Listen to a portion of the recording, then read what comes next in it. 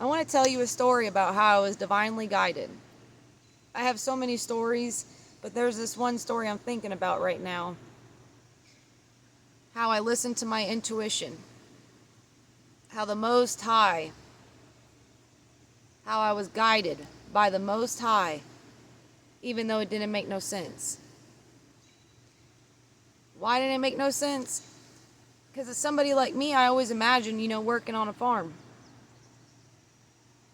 I always imagined just being in the country, being in the woods, and just your own little piece of heaven. You know what I mean? I'm not going to talk about how I was divinely guided up to this point. What I'm going to talk about is what happened after I left this job. I was supposed to be the one taking it over because the brother of the owner was the one managing it all, and he was getting older. So the whole goal of bringing somebody else in was for that other person to take over and to manage, because the owner doesn't live there.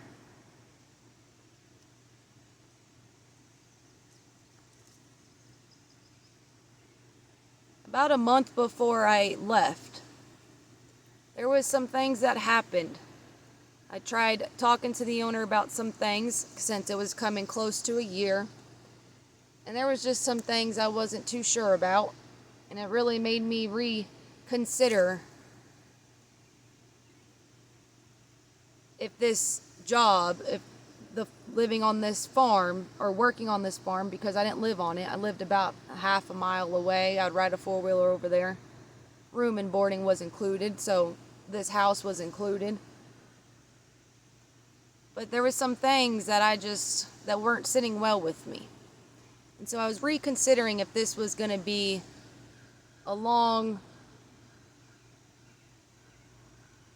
if this was going to be part of my future. There was a tornado outbreak. And boy, was it the most eeriest night of my life because of how wild. I mean, there was probably like 60 tornadoes within 5 different states throughout the whole entire night, which was crazy because you can't see these tornadoes. And when I tell you they were all around me, they were all around me. I watched the one huge tornado on a second-story porch go all the way to Kentucky. I mean, I was watching it. It was absolutely insane. It was the same tornado that devastated Kentucky, Mayfield. And so let's just say the next day it was, And coincidentally, they were on a hunting trip in Kentucky. I didn't sleep good that night. Went down to the basement multiple times. The phone wouldn't stop going off the hook. And so the next day, we still have remnants of rain coming in and whatnot. Long story short, on my evening duties, there was a storm rolling in, and it was already starting to rain and whatnot. So therefore, my boots got a little bit of mud on them. And it was just me at this time. And instead of sitting there and cleaning up the little tracks of my boots and letting this storm really come in, I said, okay, I'm going to get it in the morning, first thing in the morning when I come in. Why would I sit there and mop up little boot stains when nobody's there and you got a nasty storm rolling in? Like, I'm going to get home and I'm going to get safe. I'm not going to get caught up in this over mopping boot stains because I had to run in there real quick, make sure everything was good. And it was just like one track, one little line of boots. It wasn't like it was every which direction through the house. Or through the cabin, I should say. And so the next morning comes along, and the brother's back. And he came back a lot earlier than what I thought. I thought I would be there first thing in the morning to do the morning rounds. I didn't think nobody else would be there. And of course, he wanted to go out of his way to make sure to comment on the boot stains. And I didn't like the way he addressed me. I didn't like the fact that he didn't ask me, what happened or, anything like that.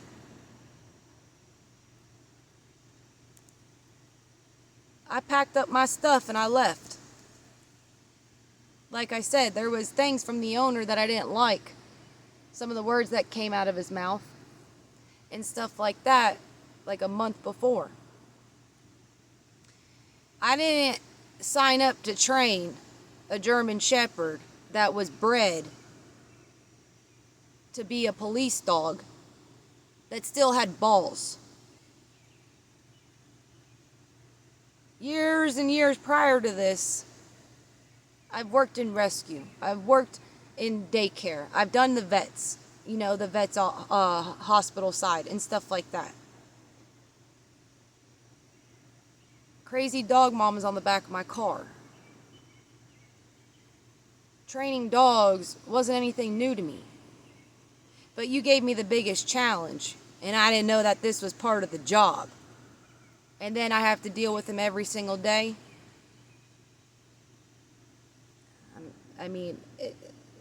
German Shepherds, they're not necessarily my favorite.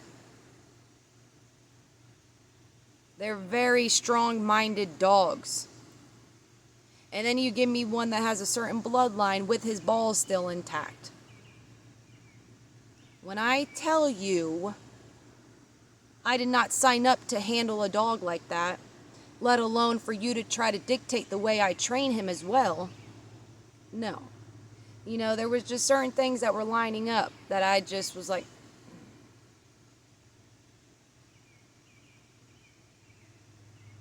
I've trained dogs before. I've been around some nasty dogs. I've been in dog fights and stuff like that. So this was nothing new to me, but at the same time, it wasn't exactly what I signed up for because he bought the dog about literally a month after I started the job. He didn't buy it to live with him, no. So there was just things that, were slowly lining up.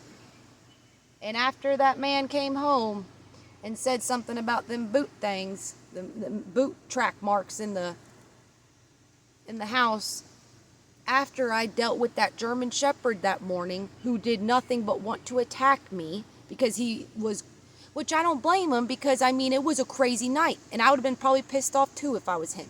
But when I tell you I've had to slam that dog down, when I tell you that dog tried ripping my clothes off of me, when I tell you I've had to pin that dog down and literally choke with a choke collar on him, which I didn't like using. I would rather have a slip lead, but I had to do what the owner, wanted.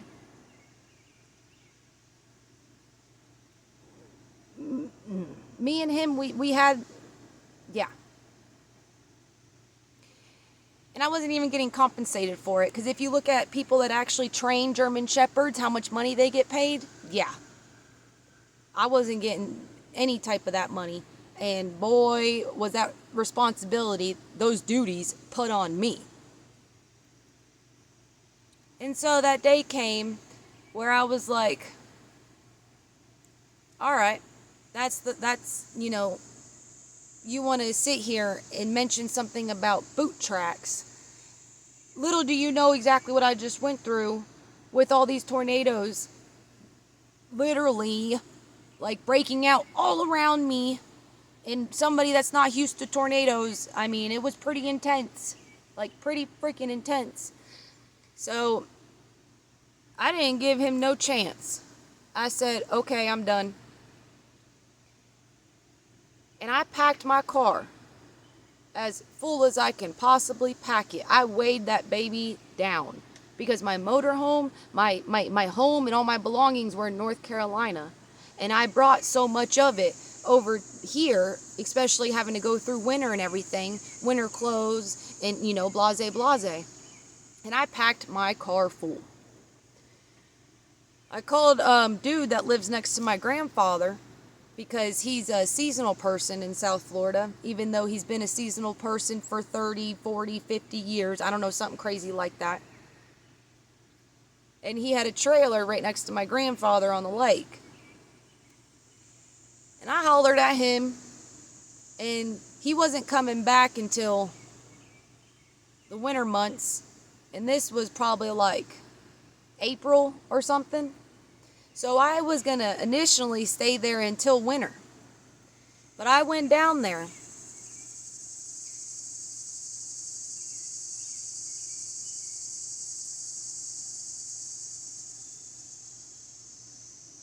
Now, there was stuff going on in my family because, when it comes to politics and stuff, my dad gets hot and heavy about it. And just, COVID, and it was just, yeah. But see, when I got on a one-way plane ticket years before, probably about 3 years before at this point, knowing my grandparents were getting older was always in the back of my head. And let's just say within the first 6 months of me leaving South Florida, I got the call about my grandmother being sick.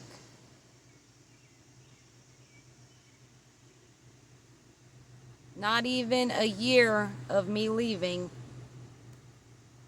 she passed away. And it was very, very, very, very, very, very, very hard on me. Very hard on me. But when I tell you,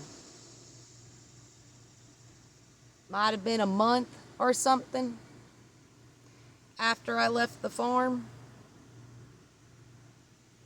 Tell me how my father and his brother, I don't trust his brother worth nothing, and I ain't got no respect for him at all. I guess they decided to sell her house and not tell anybody. Mind you, they both were raised in this house. So the house has been in the family for over 50 years. But I guess they decided to sell it and not tell anybody. Or at least, the granddaughters. And I thought it might have just been me, but my sibling, she made a remark that if she knew it was being sold, she might have tried to buy it.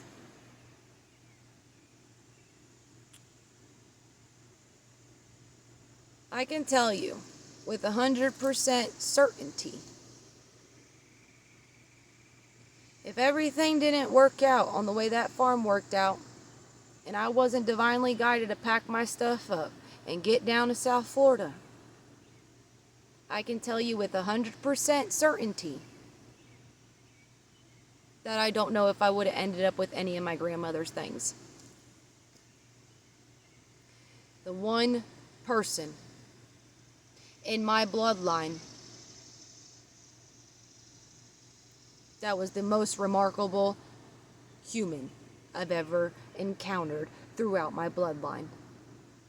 My grandmother is the strongest woman I've ever met, and I know that's where I get my strength from.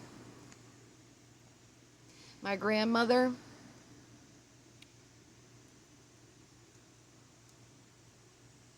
had endured so much pain in her life.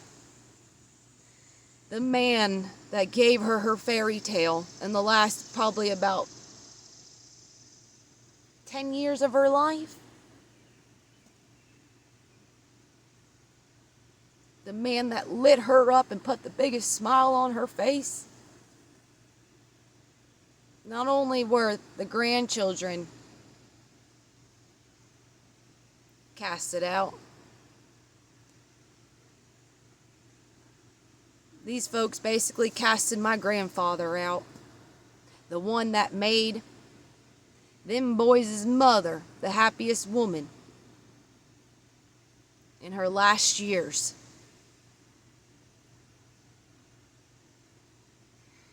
And I just can't stop thinking about it because it's so wild to me, because if you understood how much that woman meant to me and how much of a glue she was to our family, to the bloodline, however you'd like to word it, and the fact of how robbed I would have gotten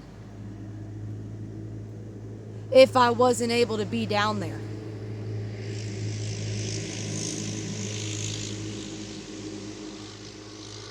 Mind you, like I said, nobody knew that they were selling it.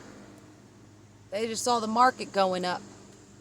You know, like I said, after COVID and after all this stuff, everybody's flying and hauling butt down to South Florida and blah, blah, blah, blah, blah. And all those things, making the real estate sky high. And you know, all those things. So I guess they saw the window of opportunity. Why would they offer it to the grandkids? They can't get that much of a profit off of it, right? And you know, I thought it might have just been me, but you know, when my sibling, she made that comment that she would have considered buying it.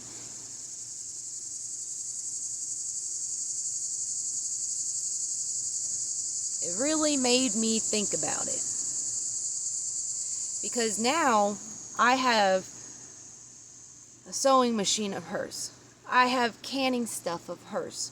I have a canning book that I'm almost certain was her grandmother's. It is a very old canning book. And, you know, all types of things. From jewelry to the jewelry box, you know, to all types of things, memorabilia that I have of hers. And if I never left that farm, I'm not sure I would have got any of it. And you see, the Most High understood how much she meant to me. And when your worst fear happens, within the first year of you taking the biggest leap of faith in your life, when I tell you I was lost and confused, because when it came to family, that she was the glue, so you can imagine the glue being gone and what happens to the family, the quote-unquote family. I have so many stories that all connect to one another. I got the stories before the farm and the stories after what I'm talking about right now. But when it comes to being divinely guided, if I didn't jump when the Most High told me to jump and get the heck out of there, I jumped so quick, I had a tortoise and I couldn't fit the cage in my car. The neighbor had a younger boy, and he was fond of it. So I left the tortoise with him. We set it up and everything before I left. Because, you know, I thought I would be there for a while. I was supposed to take it over. I was supposed to run it. But things lined up right before that man pissed me off that day over boot tracks that could have been cleaned up very easily. And I was going to clean it up after I got done with the morning duties. But he beat me to the punch. But if that didn't happen,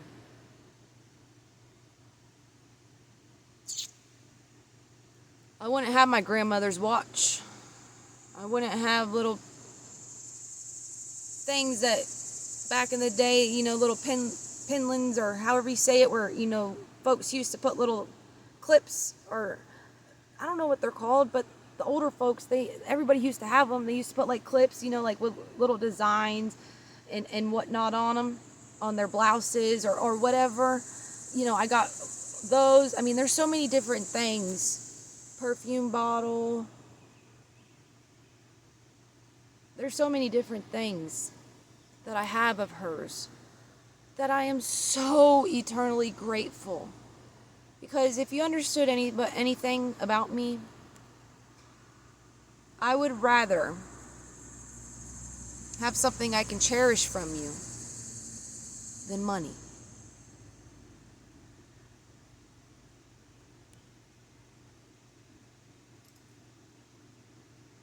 You know how nice it's going to be when I can start that sewing machine up and sew for the first time? I don't know how to do it. Nobody taught me. My parents kept me on a ball field more than they kept me around a grandmother who could teach me. You know how nice it's going to be when I can out of that pot of hers? You know how special it's going to be? You know how special it is when I have her pin... I don't know what they're called. I have them hooked up in my car, holding her picture up.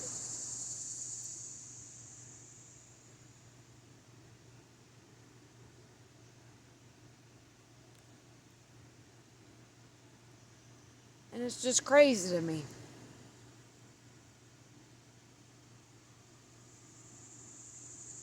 When it comes to karmic families and all that stuff, and toxic family,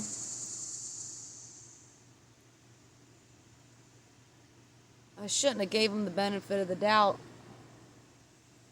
Especially after that. But I did. And as I sit here thinking about it, I think it's just so mind-blowing how if you actually listen to your intuition, even if it don't make sense, but you know in your heart it feels right, or in your bones that it feels right, do it.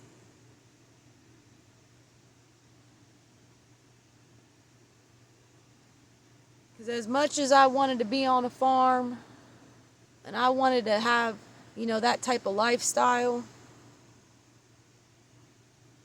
the Most High gave me the opportunity to experience it. But He also made it clear that it was for a season. It wasn't lifelong. And if I didn't end it or jump when I was supposed to,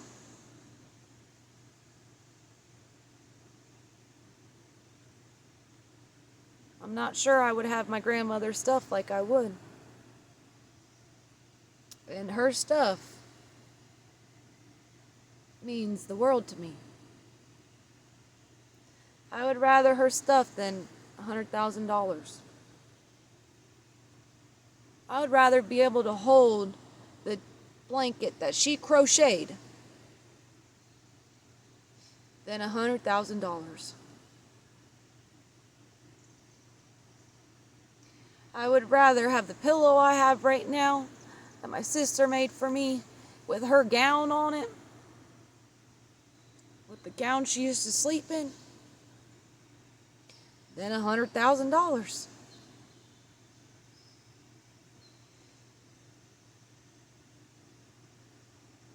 It just blows my mind how such an amazing woman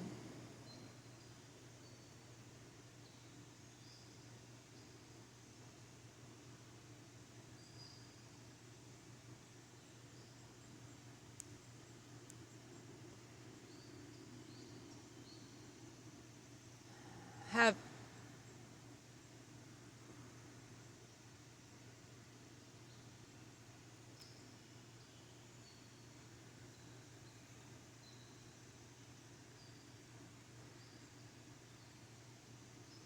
my uncle. I don't call him my uncle, but for you to understand, he popped on my radar long time ago. And what I mean by that, there was things about him I did not like that I recognized a long time ago. And the way he did his mother, my father didn't quite do her like that, but he could have done better. Not only did all of this seem so sketchy to me, because it all was happening so quick, you go to sell her house out of nowhere. How many, like 3 years later, 3 years later, out of nowhere.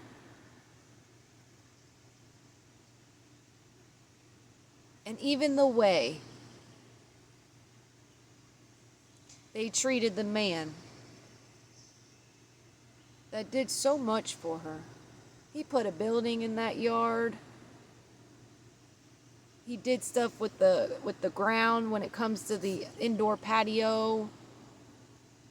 They used to do their business out of that building in the back.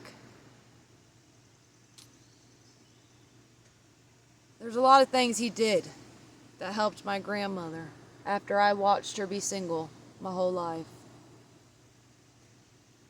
And even the way that they treated that man.